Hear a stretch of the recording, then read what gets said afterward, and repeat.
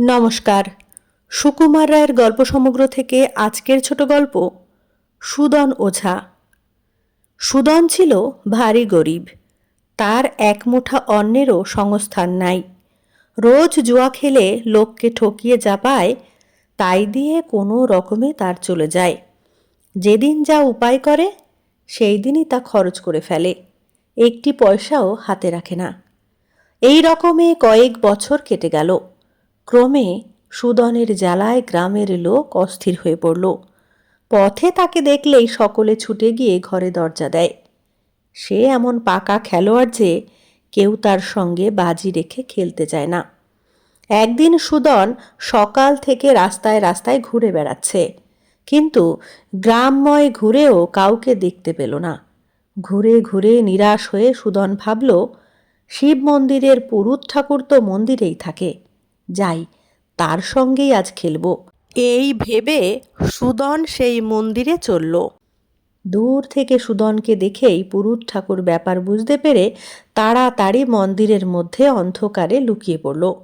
মন্দিরের পুরুতকে না দেখতে পেয়ে সুদন একটু দমে গেল বটে, কিন্তু তখনই স্থির করল, যা তবে আজ মহাদেবের সঙ্গেই খেলব।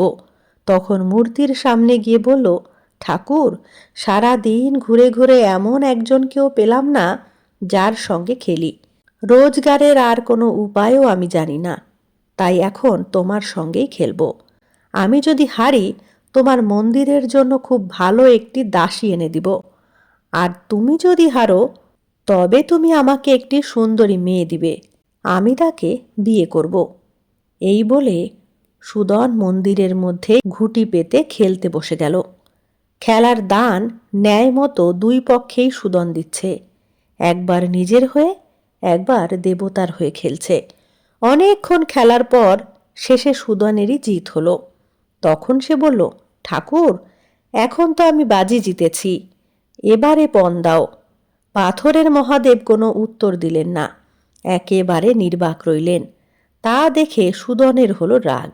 বটে, কথার উত্তর দাও না কেমন দেখে নেব।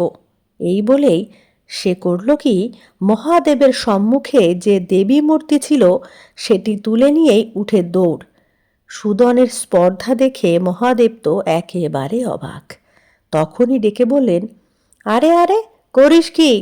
শিগগির দেবীকে রেখে যা। কাল ভোরবেলা যখন মন্দিরে কেউ থাকবে না তখন আসিস, তোকে পণ দিব। এ কথায় সুদন দেবীকে ঠিক জায়গায় রেখে চলে গেল। এখন হয়েছে কি, সেই রাতে একদল স্বর্গের অপ্সরা এলো মন্দিরে পুজো করতে। পুজোর পর সকলে স্বর্গে ফিরে যাবার অনুমতি চাইলে মহাদেব রম্ভা ছাড়া অন্য সকলকে যেতে বললেন। সকলেই চলে গেল, রইল শুধু রম্ভা। ক্রমে রাত্রি প্রভাত না হতেই সুদন এসে হাজির। মহাদেব রম্ভাকে পণ স্বরূপ দিয়ে তাকে বিদায় দিলেন। সুদনের আহ্লাদ দেখে কে, অপ্সরা স্ত্রীকে নিয়ে অহংকারে বুক ফুলিয়ে সে বাড়ি ফিরে এলো। সুদনের বাড়ি ছিল একটা ভাঙা কুড়ে। অপ্সরা মায়া বলে আশ্চর্য সুন্দর এক বাড়ি তৈরি করলো। সেই বাড়িতে তারা পরম সুখে থাকতে লাগলো। এইভাবে এক সপ্তাহ কেটে গেল। সপ্তাহে একদিন রাত্রে অপ্সরাদের সকলকে ইন্দ্রের সভায় হাজির থাকতে হয়। সেই দিন উপস্থিত হলে রম্ভা যখন ইন্দ্রের সভায় যেতে চাইল, তখন সুদন বললে, আমাকে সঙ্গে না নিলে কিছুতেই যেতে দিব না। মহা মুশকিল, ইন্দ্রের সভায় না গেলেও সর্বনাশ। দেবতাদের নাচ গান সব বন্ধ হবে। আবার সুদনও কিছুতেই ছাড়ছে না। তখন রম্ভা মায়া বলে সুদনকে একটা মালা বানিয়ে গলায় পরে নিয়ে ইন্দ্রের সভায় চলল। সভায় নিয়ে সুদনকে মানুষ করে দিলে পর সে সভার এক কোণে লুকিয়ে বসে সব দেখতে লাগলো।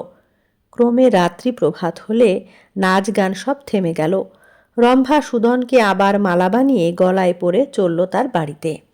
ক্রমে সুদনের বাড়ির কাছে একটা নদীর ধারে এসে রম্ভা যখন আবার তাকে মানুষ করে দিল, তখন সুদন বলল, তুমি বাড়ি যাও, আমি এই নদীতে স্নান আহ্নিক করে পরে যাচ্ছি। এই নদীর ধারে ছিল ত্রিভুবন তীর্থ, এখানে দেবতারা পর্যন্ত স্নান করতে আসতেন। সেদিন সকালেও ছোটোখাটো অনেক দেবতা নদীর ঘাটে স্নান করছিলেন। তাদের মধ্যে কাউকে কাউকে দেখে সুদন চিনতে পারল।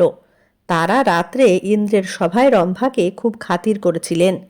সুদন ভাবল, আমার স্ত্রীকে এরা এত সম্মান করে, তাহলে আমাকে কেন করবে না? এই ভেবে সে খুব গম্ভীরভাবে তাদের সঙ্গে গিয়ে দাঁড়ালো, যেন সেও ভারী একজন দেবতা। দেবতারা তাকে দেখে অত্যন্ত অবজ্ঞা করে তার দিকে ফিরেও চাইলেন না। তারা তাদের স্নান আহ্নিকেই মন দিলেন। এ তাচ্ছিল্য সুদনের সহ্য হলো না। সে করল কি, একটা গাছের ডাল ভেঙে নিয়ে দেবতাদের বেদম প্রহার দিয়ে বলল, এত বড় আস্পর্ধা! আমি রম্ভার স্বামী, আমাকে তোরা জানিসলে? দেবতারা মার খেয়ে ভাবলেন, কি আশ্চর্য, রম্ভা কি তবে মানুষ বিয়ে করেছে? তারা তখনই স্বর্গে গিয়ে ইন্দ্রের কাছে সব কথা বললেন। এদিকে সুদন বাড়ি গিয়েই হাসতে হাসতে স্ত্রীর কাছে তার বাহাদুরির কথা বলল। শুনে রম্ভার তো চক্ষু স্থির। স্বামীর নির্বুদ্ধিতা দেখে লজ্জা এসে মরে গেল, আর বলল, তুমি সর্বনাশ করেছ, এখনই আমাকে ইন্দ্রের সভায় যেতে হবে। দেবতারা ইন্দ্রের কাছে গিয়ে নালিশ করলে পর ইন্দ্রের যা রাগ, এত বড় স্পর্ধা, স্বর্গের অপ্সরা হয়ে রম্ভা পৃথিবীর মানুষ বিয়ে করেছে। ঠিক এই সময়ে রম্ভাও গিয়ে সেখানে উপস্থিত। তাকে দেখেই ইন্দ্রের রাগ শতগুণ বেড়ে উঠল, আর তিনি তৎক্ষণাৎ শাপ দিলেন, তুমি স্বর্গের অপ্সরা হয়ে মানুষ বিয়ে করেছ, আবার তাকে লুকিয়ে স্বর্গে এনে আমার সভায় নাচ দেখিয়েছ, এবং স্পর্ধা করে সেই লোক আবার দেবতাদের গায়ে হাত তুলেছে। অতএব আমার শাপে তুমি আজ হতে দানবী হও। বারাণসীতে বিশ্বেশ্বরের যে 7টি মন্দির আছে, সেই মন্দির চুরমার করে আবার যতদিন কেউ নূতন করে গড়িয়ে না দিবে, ততদিন তোমার শাপ দূর হবে না। রম্ভা তখনই পৃথিবীতে সুদনকে সে শাপের কথা জানিয়ে বলল, আমি এখন দানবী হয়ে বারাণসী যাব। সেখানে বারাণসীর রাজকুমারীর শরীরে ঢুকব, আর লোকে বলবে রাজকুমারীকে ভূতে পেয়েছে। রাজা নিশ্চয়ই যত ওঝা কবিরাজ ডেকে চিকিৎসা করাবেন, কিন্তু আমি তাকে ছাড়ব না। তাই কেউ রাজকুমারীকে ভালো করতে পারবে না। এদিকে তুমি বারাণসী গিয়ে বলবে যে তুমি রাজকুমারীকে আরাম করতে পারো। তারপর তুমি বুদ্ধি করে ভূত ঝাড়ানোর চিকিৎসা আরম্ভ করলে আমি একটু একটু করে রাজকুমারীকে ছাড়তে থাকব। তারপর তুমি রাজাকে বলবে যে তিনি বিশ্বেশ্বরের 7টা মন্দির চূর্ণ করে আবার যদি নূতন করে গড়িয়ে দেন, তবেই রাজকুমারী সম্পূর্ণ আরাম হবেন। রাজাও বেশি তাই করবেন, আর তাহলেই আমার শাপ দূর হবে। তুমিও অগাধ টাকা পুরস্কার পেয়ে সুখে স্বচ্ছন্দে থাকতে পারবে। এই কথা বলতে বলতেই রম্ভা হঠাৎ দানবী হয়ে তখনই চক্ষের নিমেষে বারাণসী গিয়ে একেবারে রাজকুমারীকে আশ্রয় করে বসল। রাজকুমারী একেবারে উন্মাদ পাগল হয়ে বিড়বিড় করে বকতে বকতে সেই যে ছুটে বেরুলেন, আর বাড়িতে ঢুকলেনই না। তিনি শহরের কাছেই একটা গুহার মধ্যে থাকেন, আর রাস্তা দিয়ে লোকজন যারা চলে তাদের গায়ে ঢিল ছুঁড়ে মারেন। রাজা কত ওঝা বদ্যি ডাকালেন, রাজকুমারীর কোনো উপকারই হলো না।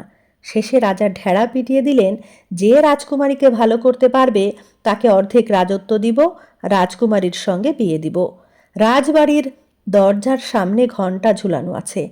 নূতন ওঝা এলেই ঘণ্টায় ঘা দেয়, আর তাকে নিয়ে গিয়ে রাজকুমারীর চিকিৎসা করানো হয়। সুদন রম্ভার উপদেশ মতো বারাণসী গিয়ে রাজকুমারীর পাগল হওয়ার কথা শুনে ঘণ্টায় ঘা দিল। রাজা তাকে ডেকে বললেন, ওঝার জ্বালায় অস্থির হয়েছি বাপু, তুমি যদি রাজকুমারীকে ভালো করতে না পারো তবে কিন্তু তোমার মাথাটি কাটা যাবে। এই কথায় সুদন রাজি হয়ে তখনই রাজকন্যার চিকিৎসা আরম্ভ করে দিল। ভূতের ওঝারা ভড়ংটা করে খুব বেশি। সুদনও সেসব করতে কসুর করল না। ঘি, চাল, ধূপ, ধুনা দিয়ে প্রকাণ্ড যজ্ঞ আরম্ভ করে দিল। সঙ্গে সঙ্গে বিড়বিড় করে হিজিবিজি মন্ত্র পড়াও বাদ দিল না। যজ্ঞ শেষ করে সকলকে সঙ্গে নিয়ে সেই পর্বতের গুহায় চলল, যেখানে রাজকন্যা থাকে। সেখানে গিয়েও বিড়বিড় করে খানিকক্ষণ মন্ত্র পড়ল, ভূতের বাপ, ভূতের মা, ভূতের ঝি, ভূতের ছা, দূর দূর দূর, পালিয়ে যা। ক্রমে সকলে দেখল যে ওঝার ওষুধে একটু একটু করে কাজ দিচ্ছে, কিন্তু ভূত রাজকুমারীকে একেবারে ছাড়ল না। তিনি তখনও গুহার ভিতরেই থাকেন, কিছুতেই বাইরে আসলেন না। যা হোক, রাজা সুদনকে খুব আদর যত্ন করলেন, আর যাতে ভূত একেবারে ছেড়ে যায় সেরূপ ব্যবস্থা করতে অনুরোধ করলেন। 2 দিন পর্যন্ত সুদন আরও কত কিছু ভড়ং করল। 3য় দিনে সে রাজার কাছে এসে বলল, মহারাজ, রাজকুমারীর ভূত বড় সহজ ভূত নয়, এ হচ্ছে দেবী ভূত।